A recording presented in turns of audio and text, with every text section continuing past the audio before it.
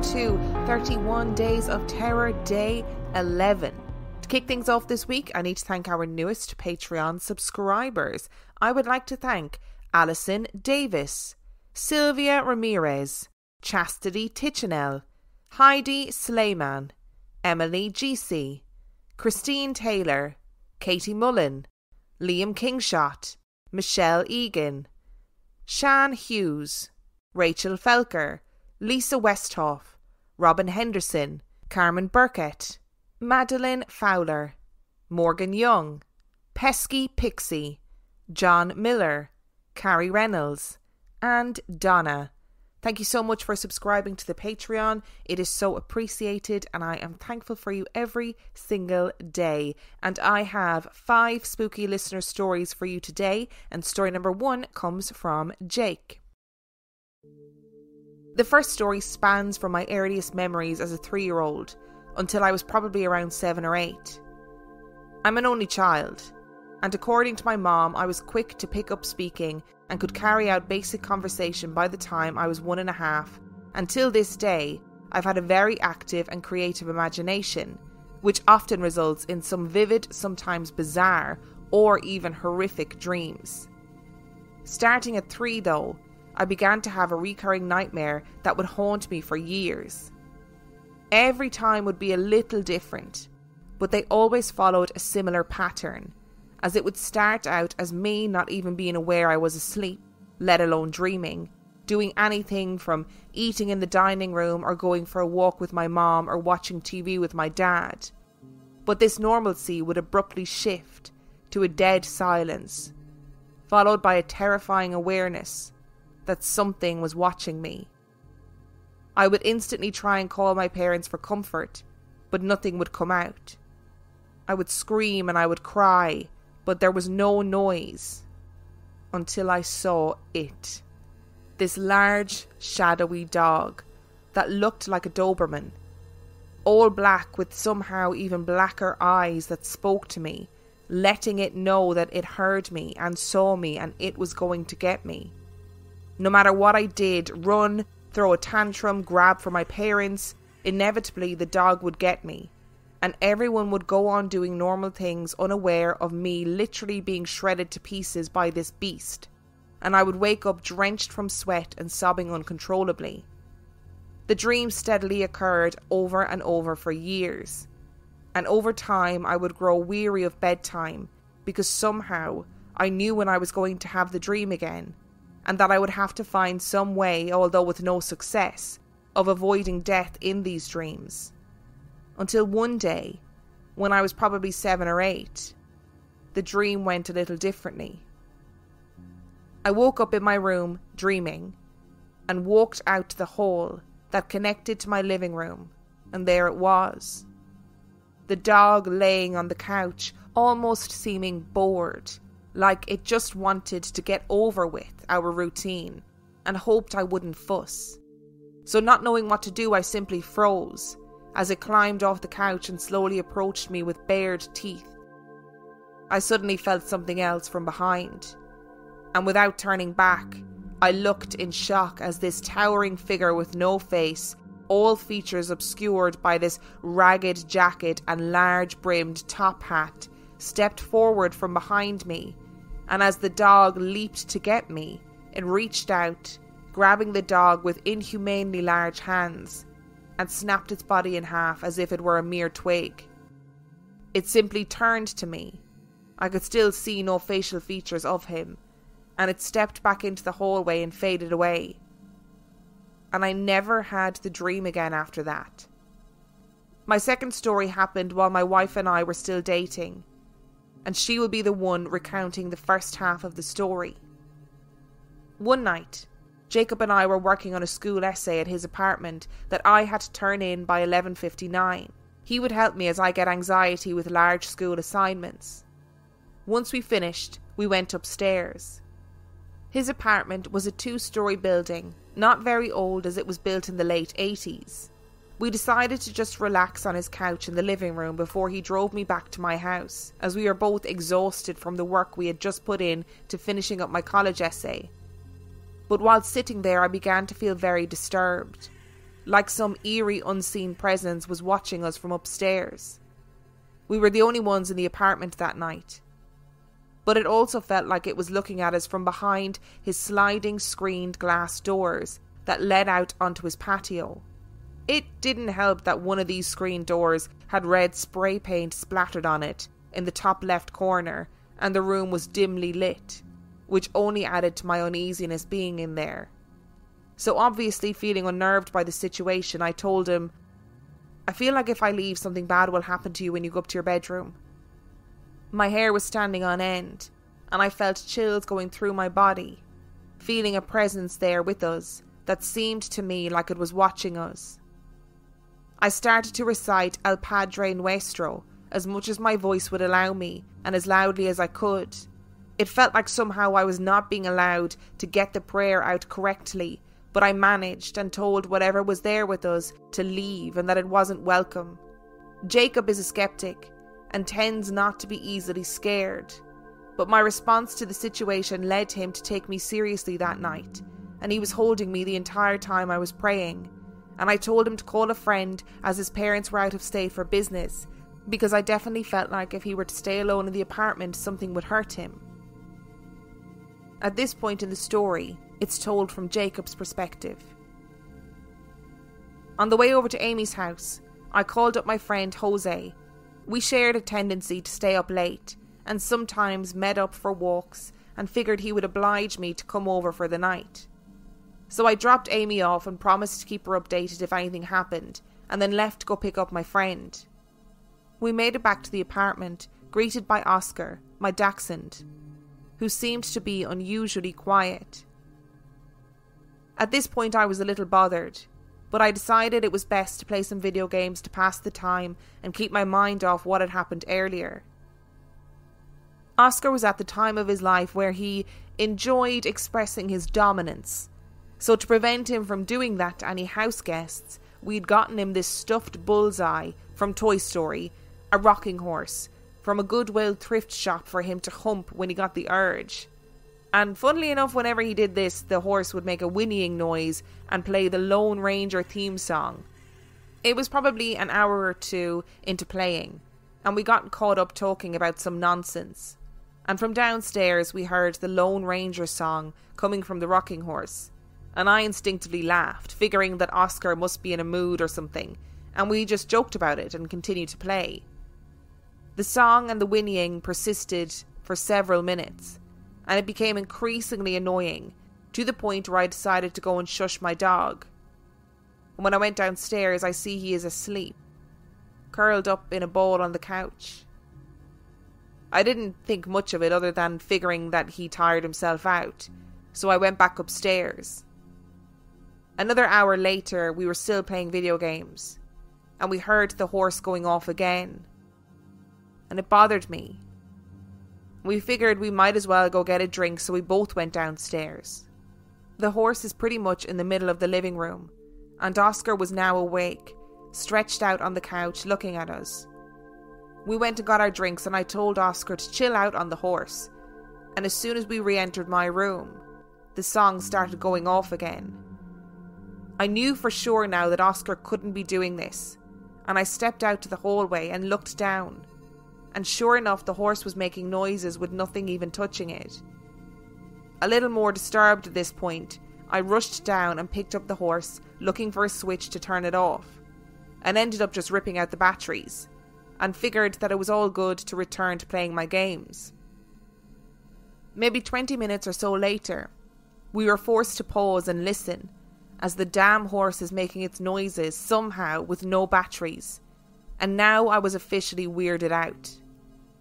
In a slight panic I got up, followed closely by my friend. I rushed out of the room, and I heard the song and the whinnying begin to distort and deepen in tone and get louder, which put me in a mind state of just wanting to get this thing out of my house.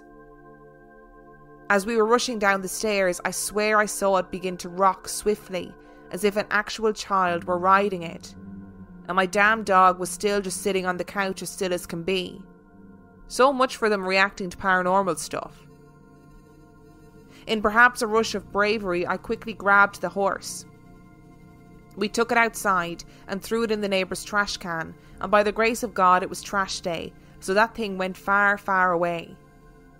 We sat in the room kind of awkwardly quiet, processing whatever just happened, and we both affirmed that we had heard the same thing. But I just couldn't muster the courage to ask if he had seen it rocking on its own. Maybe I just wanted to hold on to some slim chance that there was a logical explanation. But all I know is if I really did see it move, and it wasn't just a panic-driven trick of the eye, then something beyond practical understanding happened at my home that night, and thankfully whatever it was never came back again. The final story that I'm going to tell you takes place about 3 or 4 years ago. My friend Court was having a real rough patch at the time, and he was evicted from the room that he was renting, but luckily had arranged a work position up in New York, but he needed a place to stay for a week. I invited him to stay with me, and even had a couple of other friends come and join in, so we could have a good time and send him off with good vibes and a good mindset before heading out of state. One of the nights I was feeling we needed to do something a little adventurous, and came up with the idea that the 4 of us would take a night hike along a horse trail called Cypress Creek that crosses through woods, streams, an abandoned citrus farm and goes out into the next county. Half of the group wasn't too excited about the idea, but between my persistence and Court's willingness to see the night sky unobscured by the city's glow, we ended up going. The weather was perfect, the sky was clear, and we had a view of millions of stars. The songs of the nocturnal birds and the crickets, accompanied by the flash of fireflies zooming past, created a comforting atmosphere, despite it being so dark and remote. Probably 4 miles into the walk, we were about to reach our turning point to head back to the car, and amidst our conversation, I began to hear a distant grunt. But it was quiet enough and indistinct enough that I figure it's just the frogs, since we were in Florida after all. The sound became louder though, and I noticed while we were still moving forward, everyone had stopped talking, and the noise stopped too, and I decided to bring it up. Did any of you hear that weird noise? Court said that he was too freaked out to mention it, but he indeed heard some grunting nearby. As we started to talk again, we were interrupted by the sound of a large branch snapping, and we went silent. From the woods adjacent to where we were standing, something clearly heavy was trudging through the woods, seemingly in our direction, as the steps got increasingly louder, and the noise that I can only describe as a mixture of a grunt and a moan sent chills down all of our spines. I instructed the guys to back up a bit, and I shone a flashlight into the woods looking for eye reflection or any sign of the creature's presence, but nothing. I warned them that the most likely thing I could think of it to be was perhaps a wild boar, but my gut was telling me differently. The moans continued, and it sounded so close to us now. I felt that if we didn't get moving, we were going to face what my core instincts were identifying as a predator. As unlikely as it is in that moment, I wondered if it could be a panther. They are extremely endangered, but it's not impossible considering we were in a large wetland area. But there was a presence to this thing that for some reason made me feel like it could be a person, and by the tone of its groans it was as if it was saying it saw us, and it was making itself out to be something big. So not taking any chances, we grabbed some large sticks, huddled up, and slowly backed away, and started walking, not too fast, but also not too slow, for the long, dreadful journey back to the car. What worried me the most is that whatever this thing was, it followed us, and continued to make those deep grunts, reminding us that it wasn't too far behind. And to be honest, in that moment, I felt like it was going to come down to a face-off. But after 20 minutes or so, the footsteps and the grunts slowly became distant, and eventually we made it back to the car safely. I don't know what it was, and I've read up on wildlife in the area, and still have no real solid guesses. But my gut told me that if we weren't careful, if we made one wrong move, something terrible was on the verge of happening. At Kroger, we want our fresh produce to meet your expectations, which is why we're dedicated to doing up to a 27-point inspection on our fruits and veggies, checking for things like scarring. In fact, only the best produce like zesty oranges and crisp carrots reach our shelves. Because when it comes to fresh, our higher standards mean fresher produce. Kroger, fresh for everyone. Choose from a great selection of digital coupons and use them up to 5 times in one transaction. Check our app for details. Kroger, fresh for everyone. And story number 2 comes from Aaron. I've had a fascination with all things creepy for as long as I can remember. I love horror movies. I recall participating in countless seances as a child and a teen. I've attended numerous ghost tours. I love a good cemetery. To put it simply, I live for this shit. Having said that, I'm usually a little disappointed at the conclusion of a ghost tour. Although a few creepy things have occurred from time to time, it's never as climactic as I would have liked, and I leave feeling a little dejected. My sister shares my obsession with me, and she's the one who told me about your podcast. Thanks, Megan. So it was only fitting that for her 30th birthday, I purchased tickets to an overnight paranormal investigation and sleepover at the Arradale Asylum in Ararat, Victoria, Australia, about a 3-hour drive from where I live. Arradale Asylum operated for over 120 years. At its peak, it housed close to 1,000 people. The building looks exactly as you'd expect an asylum that was built in the 19th century to look. It is a stunning piece of architecture that has been maintained well over the years. Walking up to its front entrance at 9 p.m. to commence our tour, we felt a rush of nervous excitement. Upon arriving, we were told that the other parties, the tour company, have to have a minimum number of participants to operate an overnight investigation, had all cancelled at the last minute. But since they'd paid in full, the tour would go ahead anyway. So it was just my sister, her husband and myself and one tour guide. This was to our advantage. We all got to use the equipment for much longer than we would have had with a larger group. He took us to areas not usually included on the tour, and we really had the run of the place. We took photos on our phones as we went. One such photo was of me lying on the autopsy table in the morgue. I told you I live for this shit. As per all of my other ghost tour experiences, there were small things that happened that frightened us a little, but most of them could be explained. The tour concluded at around 4 a.m, without any occurrence worthy of writing here. We all slept far more soundly than I expected we would. You better believe we pushed 3 single beds together and slept as close as physically possible to each other. We woke early in the morning and headed off to our respective homes. Upon reviewing our photos individually, we both came across a few creepy snaps. The one that got our attention more than any of the others was the photo of me lying on the autopsy table. It is very dark, but you can make out my silhouette on the table and can see the tour guide's hand. In the top left corner of the photo, where there is nothing but a blank wall that has been illuminated by a light, you can make out a face, and it appears to be looking down at me. We had a good freak out about this, then expressed relief that we didn't notice the photo while still at the asylum, and then moved on with our lives. Skip forward a year, almost to the day in fact, and I was away on a girls' weekend with a friend of mine who shares this sick fascination of ours. We'd been to the pub for most of the night, and upon returning to our accommodation we sat up drinking beer and telling scary stories. I recounted the events of the Arradale evening, and of coming across the photos a day or two later. She asked to see the photo, so I scrolled back through thousands of photos. I have 2 children and a cat. There are a lot of photos. And I finally found it.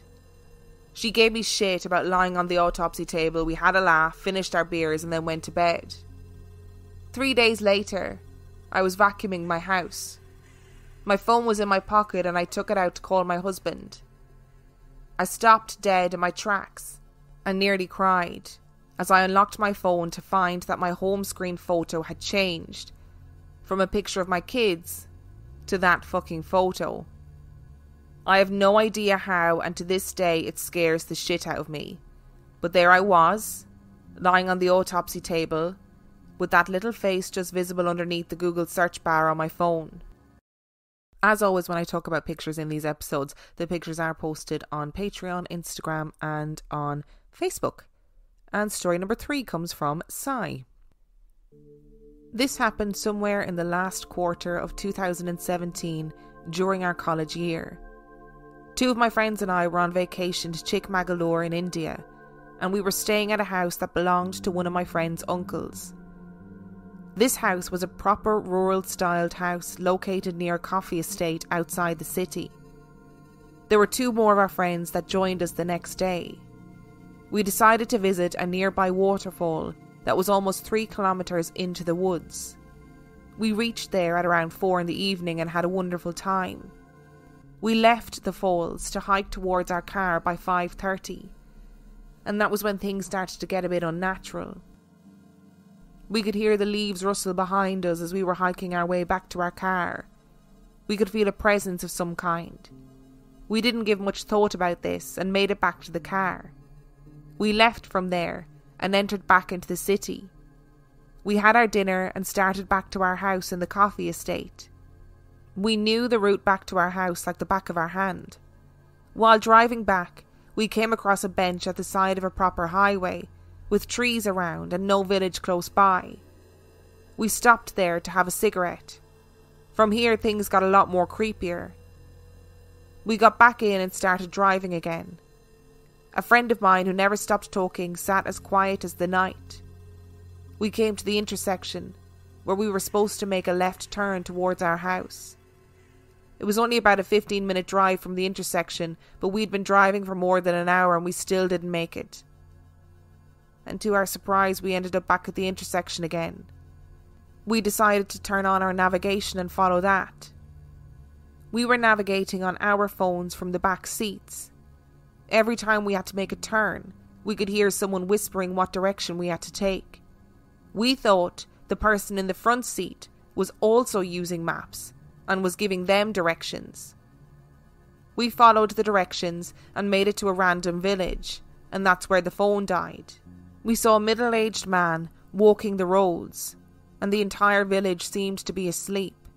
Being teenagers, we just stopped and asked him for directions without thinking twice, and he just pointed us in the direction that we needed to go. We left and didn't look back. We tried using maps on another device, only to find that the 2 different phones were showing 2 different routes back to our house. We decided to follow the iPhone. We drove around for almost an hour, only to find ourselves in a semi-grown forest with some messed up roads. And that's where things went south real quick, and the car literally got stuck. We were driving a Ford fucking Echo, but we couldn't drive on that terrain, so we had to get out of the car and practically push it forward.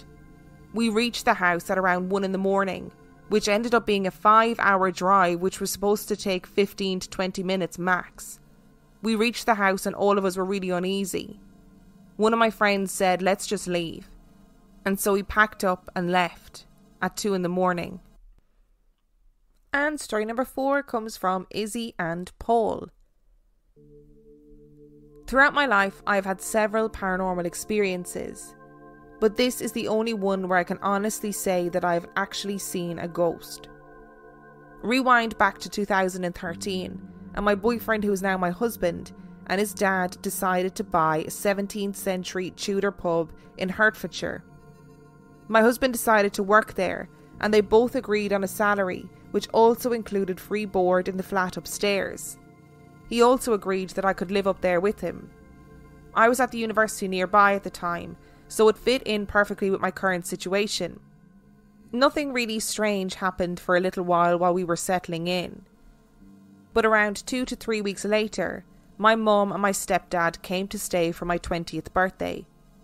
We were having a meal in the pub downstairs, in the side room to the right of the bar.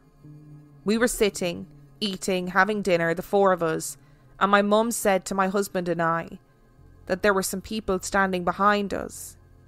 She didn't know who they were or what they looked like, but she could feel their presence there.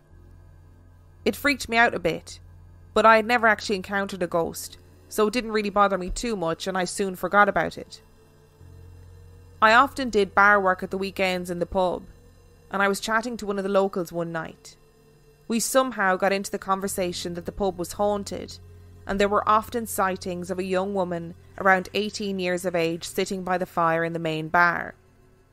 Again, I didn't take too much notice, but figured that this building must have some spiritual presence, but I was yet to experience anything. Fast forward to around a year later, and I was asleep in our bedroom in the flat upstairs. Our bedroom was directly above the side bar to the left of the main bar. It was Friday night and it was quite busy, but somehow I was asleep above all the noise. There was nobody in the flat except me, and my husband was doing a shift downstairs. At around 11 o'clock, I woke up. This was very unusual for me. As soon as I'm asleep until morning. As I awoke, something in me gave me a reason to sit up. And as I did so, I saw a small girl of around 4 years of age standing at the bottom of my bed staring at me. She was wearing a white nightgown of some sort and had long, scraggly hair, as if it hadn't been brushed. She stared at me for a few seconds and then turned away and disappeared out the bedroom door. For some reason I wasn't scared, whether this was due to the comforting sound of the people downstairs in the bar, or whether this girl just didn't give off a bad vibe. But anyway, this was when things really started to kick off. Maybe a month or two later, I was chatting to one of the bar ladies who had worked in the pub for over 30 years. She told me a story about how this pub used to be a monk house, and they had a tunnel underground where they would send sex workers for the monks. As the story goes, one of the monks got one of the sex workers pregnant, and she moved in and had her baby. Turns out, the lady of about 18 years who sits by the fire is this particular woman. She had a little girl, who only survived until she was young and sadly died. There was no story as to how she died. And then it clicked in my head that the little girl I had seen could have been the one who died. Several months on and more things start happening. I would often lie there at night about to fall asleep, and it would feel as if someone was sitting on my legs. It would be like the weight of a small child, and then things got really freaky. Our bedroom was quite large and was big enough to have 2 double beds in it.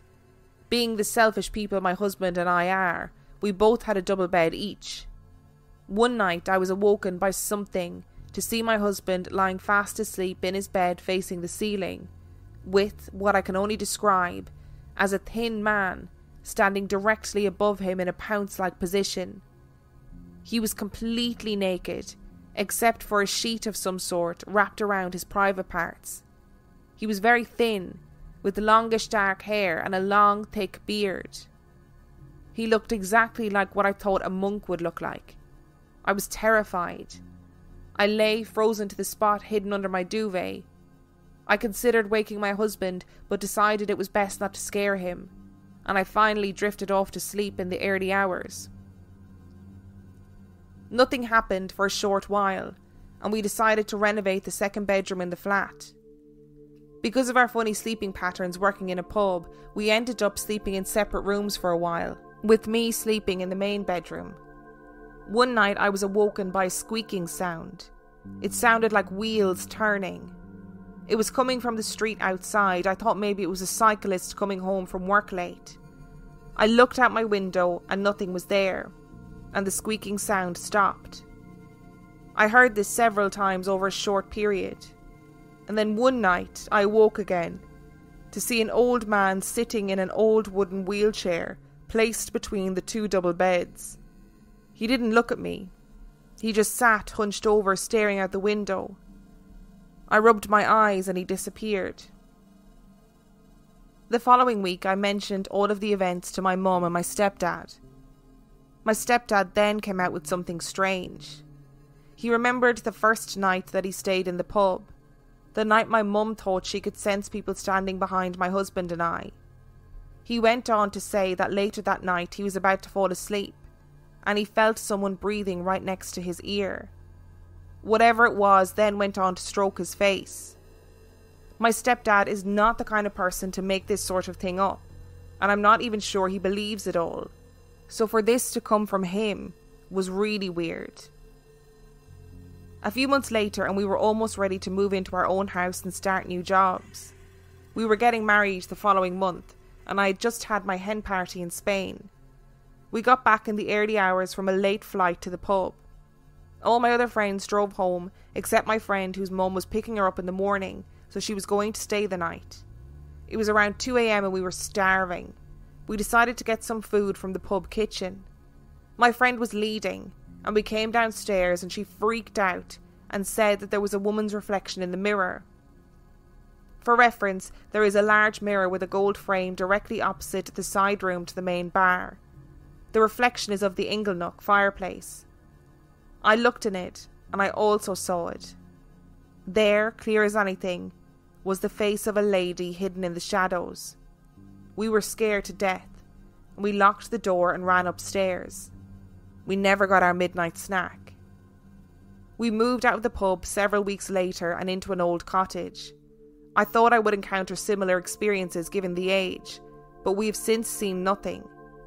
We often discuss my experiences among friends, and once mentioned it to one of my husband's best friends who used to stay at the pub often after nights out.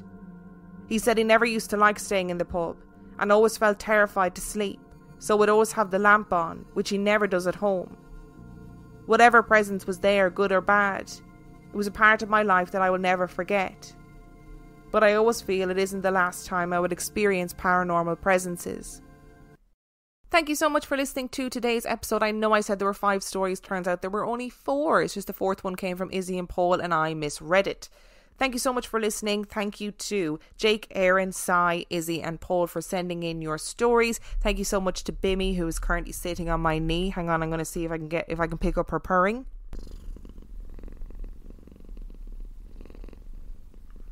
If you would like to send in your own spooky story, you can do so by sending it to reallifeghoststoriespodcast@gmail.com. You can also check out our website, reallifeghoststoriespodcast.com. And on that note, I shall see you tomorrow.